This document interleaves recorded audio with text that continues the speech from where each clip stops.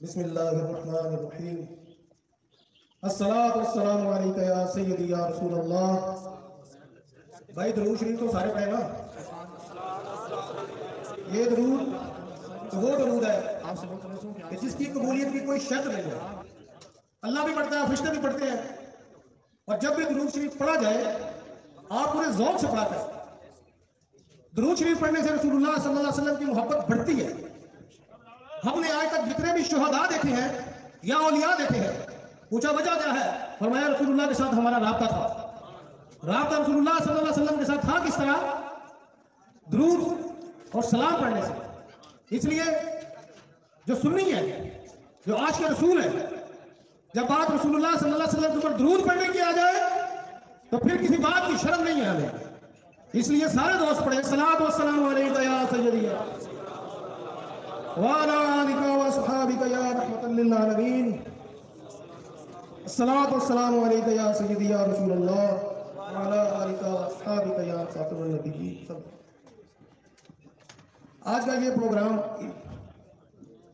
इंशाल्लाह हमारे कायदीन तशरीफ फरमाएंगे। और इस जमाने में रसूलुल्लाह सल्लल्लाहु अलैहि वसल्लम की गुलामी का हक अदा करने वाला खानदान, जिनको लोग किबला बिन मुजाहिदीन के नाम से जानते हैं, किसी को विरासत में दौलत मिलती है, किसी को विरासत में कुछ माल मिलता है, किसी को विरासत में जायदाद मिलती है, लेकिन हमारे अमीर मोहतरम किबला साहब हुसैन रिजवी साहब, आपको विरासत में रसूलुल्लाह सल्लल्लाहु अलैहि वसल्लम की इज्जत और पहरा मिला है, आपको विरासत में मिला है। और ये सोचने की बात यह है कि दुनिया में 2.5 अरब मुसलमान हैं और 2.5 अरब मुसलमानों में कितने कितने बड़े उलमा होंगे, आज के रसूल भी होंगे, सबका खराब करने वाले भी होंगे, लेकिन बात यह है कि रसूलुल्लाह सल्लल्लाहु अलैहि वसल्लम ने अपनी मुबारक इज्जत के पहरे और तहफ़्फ़ुज़ के लिए किस खानदान को चुना है? अगर रसूलुल्लाह सल्लल्लाहु अलैहि वसल्लम ने इस खानदान को चुना है कि ये मेरी इज्जत पर पहरा इस तरह देंगे कि सारी दुनिया का माल एक तरफ हो, सारी दुनिया का मालो मता एक तरफ हो, इज्जत दौलत शोहरत और नाम एक तरफ हो, और इस घर को सिर्फ ये कहा जाए कि रसूलुल्लाह की इज्जत से पीछे हट जाए, तो इस घर से आवाज ये आती है, मर जाएंगे जालिम की हिमायत न करेंगे और हम रहती दुनिया तक रसूलुल्लाह सल्लल्लाहु अलैहि वसल्लम की मुबारक इज्जत पर पहरा देकर जाएंगे। और आज का ये प्रोग्राम जितने लोग यहां पर तशरीफ फरमा है, भाई हम किसी भी पार्टी से हो जाए, किसी भी सियासी जमात से हमारा ताल्लुक हो, सोचने की बात यह है कि जब हम इस दुनिया से चले जाएंगे, जब रसूलुल्लाह सल्लल्लाहु अलैहि वसल्लम सामने आ जाएंगे, तो फिर सोचने की बात यह है कि आप उनको पहचानेंगे कैसे? क्योंकि मैं तो एक सियासी जमात का कारकुन हूं, एक सियासी जमात से मेरा ताल्लुक है। मैंने दुनिया में अपनी इज्जत बनाने के लिए उस सियासतदान के पीछे अपनी जिंदगी गुजार दी जिसने सिर्फ अपनी इज्जत बचाने के लिए हुजूर अलैहिस्सलाम की उम्मत को अपने पीछे लगा लिया। लेकिन जब बात हुजूर अलैहिस्सलाम की मुबारक इज्जत की आई तो कहा गया कि हमारे दुनिया से तल्लुकात खराब हो जाएंगे। यह दुनिया तो बनी ही रसूलुल्लाह सल्लल्लाहु अलैहि वसल्लम के सदके है। पूछो किसी से कि दुनिया के ऊपर अगर किसी ने हुक्मरानी की है तो वो किसने की है? जिसने भी दुनिया के ऊपर हुक्मरानी की है वो रसूलुल्लाह सल्लल्लाहु अलैहि वसल्लम के गुलाम होने के बाद ही की है। और आज ये लम्हा फिक्रिया है। आज मुबश्शिर साहब रहमतुल्लाह ताला अलैह, हमारे साथ उठने बैठने वाला शख्स, हमारे साथ उस मुकाम तक जाने वाला शख्स, इतने सारे लोग गए लेकिन चुने सिर्फ 2 से 3 लोग गए। और वो जो 2 से 3 लोग चुने गए उनके मुतल्लिक़ ये है, लब्बैक लब्बैक लब्बैक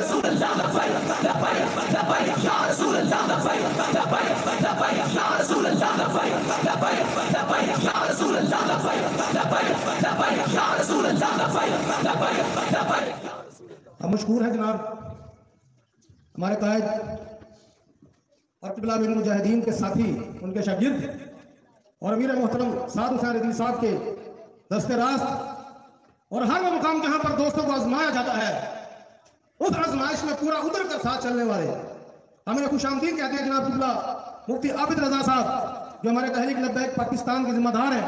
आपने अपना खुसूसी वक्त निकाला, तशरीफ लेके आए। मैं अपनी बात को खत्म करने की तरफ लेके जा रहा हूं। भाई आखिर सोचने की बात यह है, वो कौन सा ऐसा शख्स है जो ये कहता है कि मुझे मौत नहीं आती? अगर किसी को पता है कि उसे मौत नहीं आनी, भाई वो फिर तो जो मर्जी फैसला करे, जिसके पीछे मर्जी चलता रहे, मसला नहीं। लेकिन जब ये यकीन है कि हमें मौत आएगी और हमें मरना है, तो फिर हमें मरना भी उस शान से चाहिए जिस शान वाले नबी के हम गुलाम हैं। मरना भी तो ऐसा मरना हो कि अल्लाह और उसके फरिश्ते भी फख्र करें, अंबिया भी फख्र करें और तमाम उम्मत उसके ऊपर फख्र करे कि यार कोई अगर मरा है अपने महबूब रसूल करीम सल्लल्लाहु अलैहि वसल्लम के ऊपर तो इस तरह मरा है। मुबश्शिर साहब एक इंतहाई खूबसूरत बाकिरदार हुस्न अखलाक का मंबा वो शख्स और मोहब्बत रसूल से उसका सीना भरा हुआ है। हमारी उनकी वालदा मोहतरमा से बात हुई पहले दिन जब पता चला कि जनाब मुबश्शिर साहब शहीद हो गया, तो मैंने उन्हें फ़ोन किया। मैंने गुजारिश की कि माँ जी आप हमें इजाज़त दें कि हम मुबश्शिर भाई का पोस्टमार्टम करवा सकें।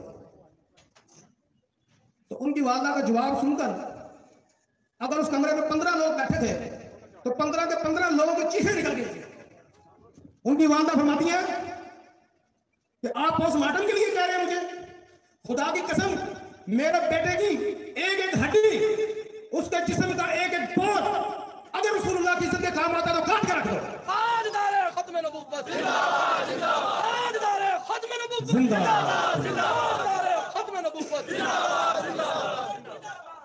फरमाया मैंने तो रसूलुल्लाह सल्लल्लाहु अलैहि वसल्लम की बारगाह में पेश कर दिया है बेटा, और मेरा बेटा रसूल अकरम सल्लल्लाहु अलैहि वसल्लम की मुबारक इज्जत पर कुर्बान हो चुका है।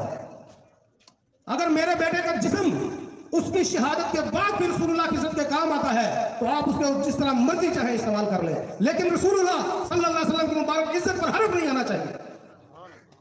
ये कहां है माई? ये वाली वो माई कहां है? आज माई कहती है मेरी बेटी टिकटॉक के ऊपर वीडियो बनाती है, मेरा बेटा फेसबुक के ऊपर इतना काम करता है, मेरा बेटा फलां के ऊपर इतना मशहूर है। ये जुबान की वजह भी यही है कि ना वो माए रही ना वो बेटे रहे, ना जिनको रसूलुल्लाह की पहचान थी और ना आगे अपनी औलाद को रसूलुल्लाह की पहचान सिखा सके। लेकिन जिस माँ ने खुद रसूलुल्लाह को पहचाना था उसने कहा मेरे बेटे का जिस्म को जिस तरह मर्जी काट दो लेकिन रसूलुल्लाह की इज्जत को पहरा देना है। आज वो माए नहीं मिल रही हमें। आज अगर इस्लाम चुन के किसी को अपने लिए लेता है तो पहले उसकी माँ का किरदार देखता है, पहले उसकी माँ का किरदार देखा जाता है, उसकी माँ की मोहब्बत देखी जाती है रसूलुल्लाह के साथ। अगर हमने इसका बेटा ले लिया, कहीं ऐसा तो नहीं कि ये बैंड डालना शुरू कर दे, ऐसा नहीं हुआ। हम जब वहां पर गए तो बशर साहब की वालदा ने फरमाया कि मेरे घर में कोई ऐसी औरत ना आए। ये वो वक्त होता है जब माँ का जवान बेटा चला जाए ना तो माँ को होश नहीं होता, लेकिन उस माँ को लाखों सलाम जो इतने होश में थी, फरमाने लगी खबरदार मेरे घर में कोई ऐसी औरत ना आए जो यहाँ पर आके चीखो पुकार करे या रोए, क्योंकि जब मैं उसकी माँ होकर नहीं रहूंगी तो मैं किसी को रोने भी नहीं दूंगी। मेरा बेटा रसूलुल्लाह के ऊपर कुर्बान हुआ है तो मामूली बात नहीं।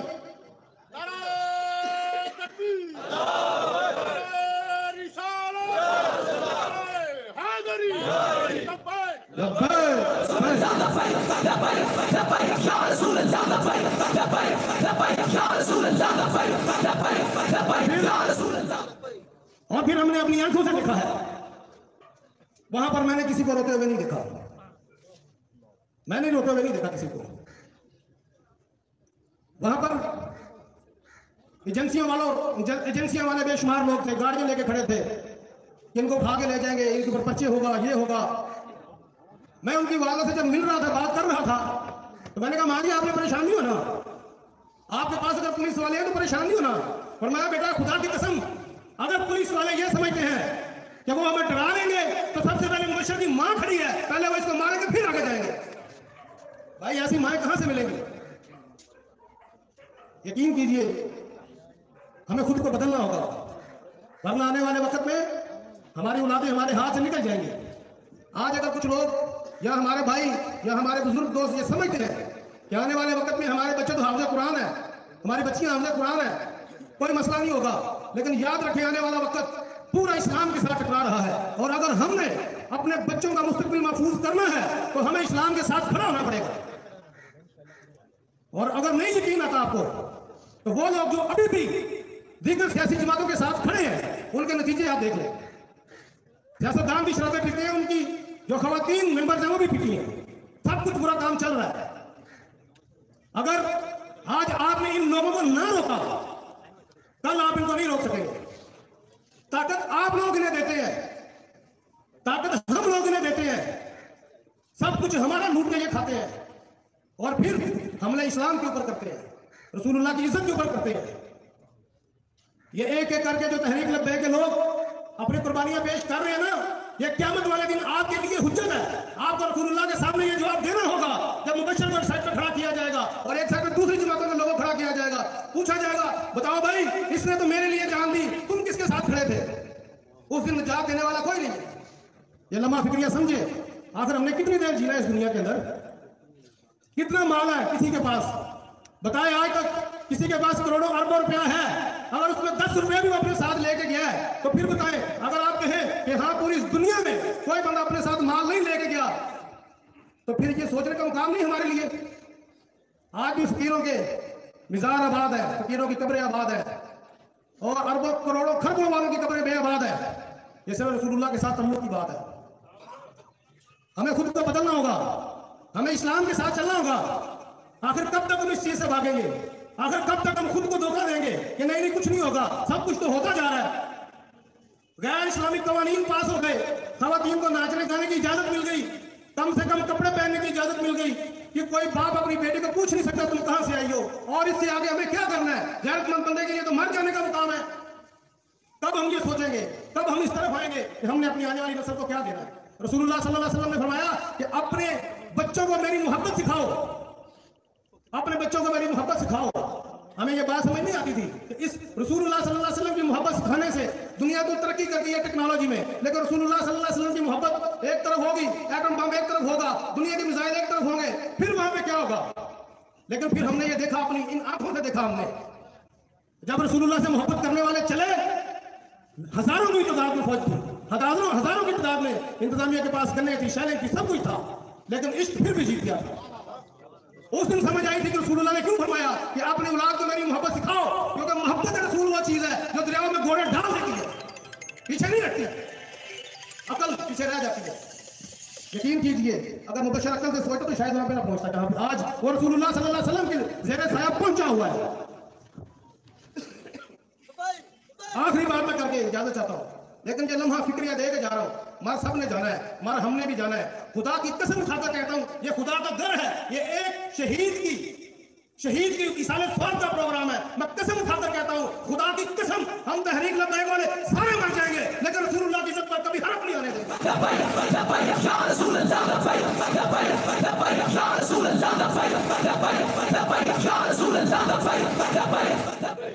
ये मैं सिर्फ आपको जज्बाती करने के लिए नहीं कह रहा, आप जज्बाती हो या ना हो, कलमा आपने भी रसूलुल्लाह का पढ़ा है, जवाब आपने भी रसूलुल्लाह को देना है। लेकिन हम ये कसम खाकर बात कर रहे हैं, खुदा की कसम, जब हम मर जाएंगे, आप अगर ये समझते हैं कि तहरीक लब्बैक वाले खाम खा लड़ाई करते हैं, खुदा की कसम, जिस दिन ये तहरीक लब्बैक वाले सामने से हट गए ना, फिर आपको पता चलेगा तूफान किसको कहते हैं, फिर आपको पता चलेगा जुल्म किसको कहते हैं। अभी तो सारा जुल्म हम अपने सीनों पर बर्दाश्त कर रहे हैं, हम अपने माथों में गोलियां खा के बर्दाश्त कर रहे हैं, इसलिए कि ये जुल्म आप तक न पहुंचे। और अगर आपने ये बात न समझी तो हमारे मरने का इंतजार जरूर कीजिए। जब हम न रहेंगे फिर दुनिया आपको बताएगी कि दुनिया आपके साथ क्या सलूक करेगी।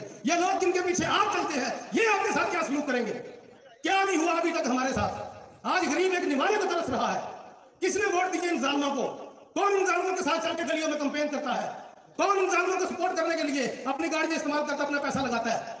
आज पूछो इनसे जाके कि क्यों भाई, तुम्हें तो हमने सपोर्ट किया था, आज हमारे गरीब भाई के लिए उसके मुंह में नुमाला जाने के लिए उसके पास पैसे नहीं है। आप अल्लाह का जवाब नहीं देंगे, रसूलुल्लाह का जवाब नहीं देंगे कि उसकी उम्मत को बेकार करने के लिए, उसकी उम्मत को बीट मिटा करने के लिए आपने इन जालिमों का साथ दिया था। और जिन जालिमों ने रसूलुल्लाह सल्लल्लाहु अलैहि वसल्लम के गुलामों को भूल कर रख दिया, आप फिर भी उनके साथ खड़े थे। हमें बताया तो जाए ना कि तहरीक लब्बैक वाले आपसे मांग क्या रहे हैं? भाई हम तो आपसे मांग भी कुछ नहीं रहे, हम तो कभी भी आपको ये नहीं कहते कि हमारे पीछे जेलों में आ जाओ, हम तो कभी भी नहीं ये कहते कि आप हमारे लिए जमानतें दे दो। हम तो ये कहते हैं खुदा के लिए अपने आप को इस अजाब से निकालो, रसूलुल्लाह की मोहब्बत की तरफ आओ, इन जालिमों के चुंगल से निकलो। हम तो ये समझाने के लिए अपनी जानें देते जा रहे हैं और देते जाएंगे, खुदा की कसम मर जाएंगे। पर जालिम, ये क्या हुआ जिंदगी में? दुनिया में 4 दिन जीने के लिए, 4 दिन जीने के लिए हम अपने जमीर को बेच देते हैं। रसूलुल्लाह की गुलामी इतनी सस्ती है कि जो हर एक को मिल जाएगी। ऐसे थोड़ी होना है, ताजदार खत्म नबूवत, आपको सोचना पड़ेगा। ताजदार खत्म नबूवत। मुबशर साहब की वालदा की आखिरी बात पेश करता हूँ। मुबशर साहब की वालदा की आखिरी बात। मुबशर साहब के वालिद साहब जब फौत हुए तो ये 2.5 या 3 साल का था, आपको ज्यादा पता होगा क्योंकि करीबी रिश्तेदार। उनकी वालदा फरमाती मैं घर में काम कर रही थी तो मुबशर मुझे कहता है कि माँ ये रसूलुल्लाह कौन है? ये 3 साल का बच्चा अपनी माँ से पूछता है। मुबशर ऐसे थोड़ी शहीद हो गया है, हम गुनाहों से दुखड़े हुए हैं, हमारे बातिन स्याह है, इसलिए हमें किसी ने नहीं कहा पूछो रसूलुल्लाह कौन है। 3 साल का बच्चा अपनी माँ से पूछता है माँ रसूलुल्लाह कौन है? फिर माँ भी पहचान वाली थी, हैरान हुई कि 3 साल का बच्चा ये पूछ रहा है कि रसूलुल्लाह कौन है, ये क्या बात हुई? उसने अपना काम छोड़ा, मुबशर से पूछा मुबशर तू क्यों पूछ रहा है कि रसूलुल्लाह कौन है? कहता माँ मुझे रात एक बुजुर्ग मिले थे, वो फरमा रहे थे मैं रसूलुल्लाह हूँ। मुबशर तुम्हें मैं पढ़ाऊंगा, मुबशर तुम्हें मैं पढ़ाऊंगा। फिर रसूलुल्लाह ने पढ़ाया मुबशर को, क्या पढ़ाया? ये पढ़ाया कि मुबशर जब भी मेरी इज्जत पर बात आई ना, खून दे देना, अपनी जान दे देना, पर मेरे साथ वफा करके आना। और फिर मुबशर वो वफा करके गया है। ऐसे कनेक्शन नहीं मिलते कभी अपने घरों में बैठकर।